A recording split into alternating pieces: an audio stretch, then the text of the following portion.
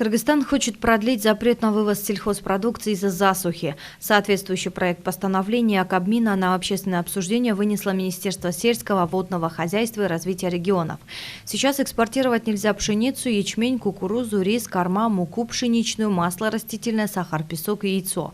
В Минсельхозе отметили, что решение принято из-за массового вывоза сельскохозяйственных животных за пределы страны после введения Казахстаном ограничения на экспорт живого скота и запуском программы развития животноводства в Узбекистане.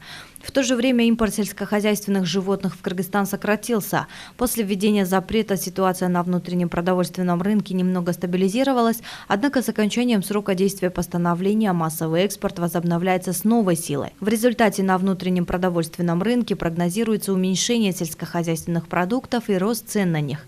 Кроме того, малоснежная зима и поздняя весна нарушили отдельные технологические процессы весенне-полевых работ, и по предварительным данным ожидается засушливое лето, что отрицательно будет влиять на сельскохозяйственное производство, отметили в ведомстве. Министерство предлагает продлить срок запрета на вывоз отдельных видов сельскохозяйственных товаров до конца года.